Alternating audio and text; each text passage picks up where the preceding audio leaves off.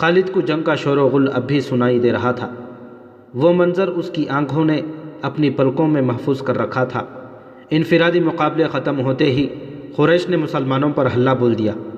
رسول اکرم صلی اللہ علیہ وسلم نے احد کی پہاڑی کو اپنے عقب میں رکھا ہوا تھا، اس لیے مجاہدین اسلام کو عقبی حملے کا خطرہ نہیں تھا۔ آمنے سامنے کا معرکہ خون ریز تھا۔ مسلمانوں کی نفری بہت تھوڑی تھی، اس کی کمی کو انہوں نے جذبے اور تیغ زنی کے کمالات سے پورا کر دیا۔ اگر قریش کو نفری کی افراد حاصل نہ ہوتی تو وہ مسلمانوں کے آگے نہیں ٹھہر سکتے تھے، وہ نفری کے زور پر لڑ رہے تھے۔ خالد کی نظر رسول کریم صلی اللہ علیہ وسلم پر تھی۔ آپ صلی اللہ علیہ وسلم ایک پہلو پر تھے، یہی پہلو تھا جس پر خالد کو حملہ کرنا تھا۔ اب کہ اس نے اپنے سواروں کو یہ حکم دیا کہ وہ گھوڑوں کو سرپٹ دوڑاتے تنگ راستے سے آگے نکل جائیں اور مسلمانوں کے پہلو پر حملہ بولیں، مگر عبداللہ بن جبیر رضی اللہ تعالیٰ عنہ کے 50 تیر اندازوں نے سواروں کو اس طرح پسپا کر دیا کہ وہ چند گھوڑے اور زخموں سے کراہتے ہوئے کچھ سواروں کو پیچھے چھوڑ گئے۔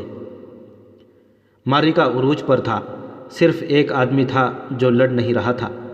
وہ میدان جنگ میں برچھی اٹھائے یوں گھوم پھر رہا تھا جیسے کسی کو ڈھونڈ رہا ہو۔ وہ وحشی بن حرب تھا، وہ حمزہ رضی اللہ تعالیٰ عنہ کو ڈھونڈ رہا تھا۔ حمزہ کو قتل کرنے کے اس کے لیے 2 انعام تھے، ایک یہ کہ اس کا آقا اسے آزاد کر دے گا، اور دوسرا ابو سفیان کی بیوی ہند کے وہ زیورات جو اس نے پہن رکھے تھے۔ اسے حمزہ رضی اللہ تعالیٰ عنہ نظر آ گئے۔ وہ قریش کے ایک آدمی صبا بن عبد العزیٰ کی طرف بڑھ رہے تھے۔ عرب میں رواج تھا کہ ختنہ عورتیں کیا کرتی تھیں۔ مورخ ابن حشام کے مطابق اسلام سے پہلے عربوں میں ختنے کا رواج موجود تھا۔ حمزہ رضی اللہ تعالیٰ عنہ نے جس صبا کو للکارا تھا اس کی ماں ختنے کیا کرتی تھی۔ ختنے کرنے والی کے بیٹے حمزہ رضی اللہ تعالیٰ عنہ نے اسے للکارا، ادھر آ اور مجھے آخری بار دیکھ لے۔ صبا بن عبد العزیٰ حمزہ کی طرف بڑھا، غصے سے اس کا چہرہ لال تھا۔ وہ تلوار اور ڈھال کی لڑائی کا ماہر تھا۔ حمزہ بھی کچھ کم نہ تھے۔ دونوں ایک دوسرے کے قریب آئے اور ایک دوسرے پر وار کرنے لگے۔ دونوں کی ڈھالیں وار روک رہی تھیں۔ وہ پینترے بدل بدل کر وار کرتے تھے، لیکن ڈھالیں تلواروں کے راستے میں آ جاتی تھیں۔ اس وقت وحشی بن حرب جھکا ہوا آہستہ آہستہ ان کی طرف بڑھ رہا تھا۔ اسے زمین اور جھاڑیوں نے آؤٹ دے رکھی تھی۔ حمزہ رضی اللہ تعالیٰ عنہ اپنے دشمن کی آنکھوں میں دیکھ رہے تھے، صبا کے سوا انہیں کچھ بھی نظر نہیں آ رہا تھا۔ وحشی ان کے قریب پہنچ گیا۔ برچھی نشانے پر پھینکنے کا وہ ماہر تھا۔ وہ اتنا قریب ہو گیا جہاں سے اس کی برچھی خطا نہیں جا سکتی تھی۔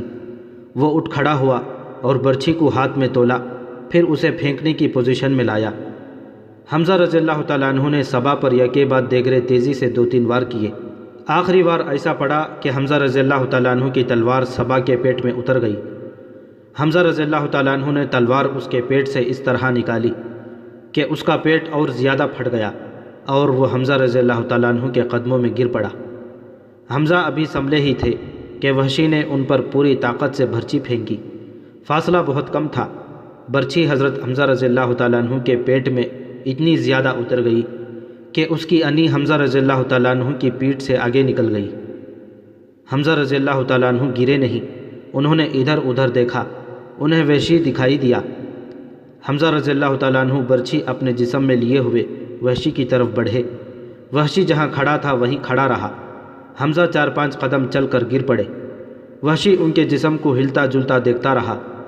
جب جسم کی حرکت بند ہو گئی تو وحشی ان تک آیا۔ وہ شہید ہو چکے تھے۔ وحشی نے ان کے جسم سے برچھی نکال لی اور چلا گیا۔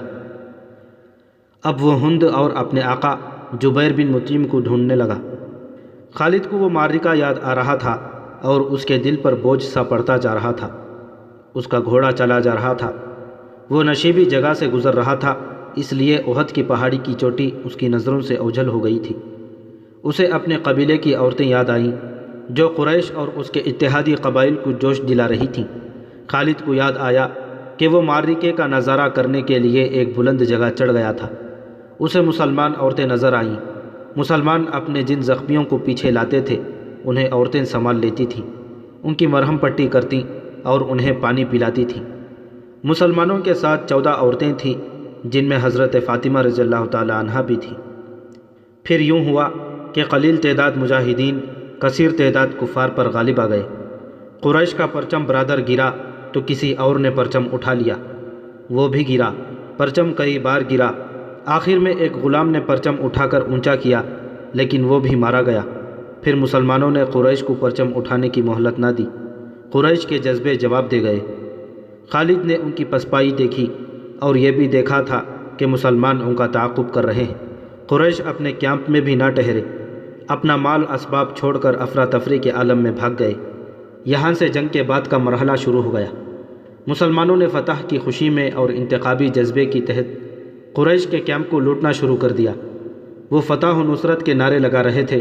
قریش ایسے بوکھلا کر بھاگے کہ انہیں اپنی عورتوں کا بھی خیال نہ رہا۔ وہ پیدل بھاگی جا رہی تھیں لیکن مسلمانوں نے ان کی طرف آنکھ اٹھا کر بھی نہ دیکھا۔ قریش کے گھوڑ سواروں کے ایک دستے کا کمانڈر اکرمہ اور دوسرے کا خالد تھا۔ انہوں نے مسلمانوں کے پہلوؤں پر حملے کرنے تھے مگر جنگ کا پاسا پوری طرح پلٹ گیا تھا۔ اکرمہ اور خالد نے پھر بھی اپنے اپنے سواروں کو وہیں رکھا جہاں انہیں تیاری کی حالت میں کھڑا کیا گیا تھا۔ خالد کو اس کیفیت میں بھی توقع تھی کہ وہ شکست کو فتح میں بدل دے گا، لیکن جس راستے سے اسے گزرنا تھا وہاں مسلمان تیر انداز تیار کھڑے تھے۔ ان مسلمان تیر اندازوں نے اپنے بلند پوزیشن سے دیکھا کہ قریش بھاگ گئے ہیں اور ان کے ساتھی لوٹ مار کر رہے ہیں، تو وہ مال غنیمت کے لالچ میں اپنی جگہ چھوڑنے لگے۔ ان کے کمانڈر عبداللہ بن جبیر رضی اللہ تعالیٰ عنہ نے انہیں کہا کہ اپنے رسول صلی اللہ علیہ وسلم کی حکم عدولی نہ کرو، آپ کا حکم ہے کہ آپ کی اجازت کے بغیر یہاں سے کوئی نہ ہٹے۔ جنگ ختم ہو گئی ہے۔ تیر انداز شور مچاتے ہوئے پہاڑی سے اترنے لگے۔ مال غنیمت، مال غنیمت، فتح ہماری ہے۔ عبداللہ بن جبیر رضی اللہ تعالیٰ عنہ کے ساتھ صرف 9 تیر انداز رہ گئے۔ خالد نے یہ منظر دیکھا تو اسے ایسا لگا جیسے خواب دیکھ رہا ہو۔ وہ یہی چاہتا تھا۔ وہ تیر اندازوں کو دیکھتا رہا۔ جب وہ قریش کے کیمپ میں پہنچ گئے تو اس نے اس پہاڑی عینین پر حملہ کر دیا جہاں عبداللہ بن جبیر اور ان کے 9 تیر انداز رہ گئے تھے۔ خالد انہیں نظر انداز بھی کر سکتا تھا لیکن ان سے وہ انتقام لینا چاہتا تھا۔ اس کے گھڑ سوار پہاڑی پر چڑھتے جا رہے تھے، اوپر سے تیر انداز تیزی سے تیر برسا رہے تھے۔ اکرمہ نے خالد کو عینین پر حملہ کرتے دیکھا تو وہ بھی اپنے سوار دستے کو وہیں لے گیا اور اس کے گھوڑے ہر طرف سے اوپر چڑھنے لگے۔ سواروں کے پاس بھی تیر کمانیں تھیں، وہ اوپر کو تیر چلا رہے تھے لیکن اتنے گھوڑ سواروں کو روکنا ان کے لیے ممکن نہ تھا۔ سوار اوپر چلے گئے، تیر انداز دست بدست لڑائی بھی لڑے اور سب زخمی ہو کر گرے۔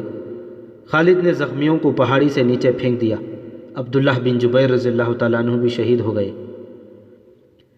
وہاں سے خالد اور اکرمہ نے اپنے گھوڑ سواروں کو اتارا اور اس مقام پر آ گئے جہاں سے مسلمانوں نے لڑائی کی ابتدا کی تھی۔ خالد کے حکم پر دونوں نے مل کر مسلمانوں پر حملہ کر دیا۔ مسلمان لڑنے کی حالت میں نہیں تھے لیکن رسول کریم صلی اللہ علیہ وسلم نے مجاہدین کی کچھ تعداد کو اپنے ساتھ رکھا ہوا تھا۔ یہ مجاہدین گھوڑ سواروں کے مقابلے میں ڈٹ گئے۔ قریش کے ساتھ جو عورتیں آئی تھیں وہ بھاگ گئی تھیں لیکن امرہ نام کی ایک عورت وہیں کہیں چھپ گئی تھی۔ اس نے جب قریش کے گھوڑ سواروں کو مسلمانوں پر حملہ کرتے دیکھا تو اسے قریش کا پرچم زمین پر پڑا نظر آ گیا۔ اس عورت نے پرچم کو اٹھا کر اوپر کر دیا۔ ابو سفیان نے اپنے بھاگتے ہوئے پیادوں پر قابو پا لیا تھا۔ اس نے ادھر دیکھا تو اسے اپنا پرچم لہراتا نظر آیا۔ اس نے حبل زندہ باد اور عزا زندہ باد کے نعرے لگائے اور پیادوں کو واپس لا کر مسلمانوں کو گھیرے میں لے لیا۔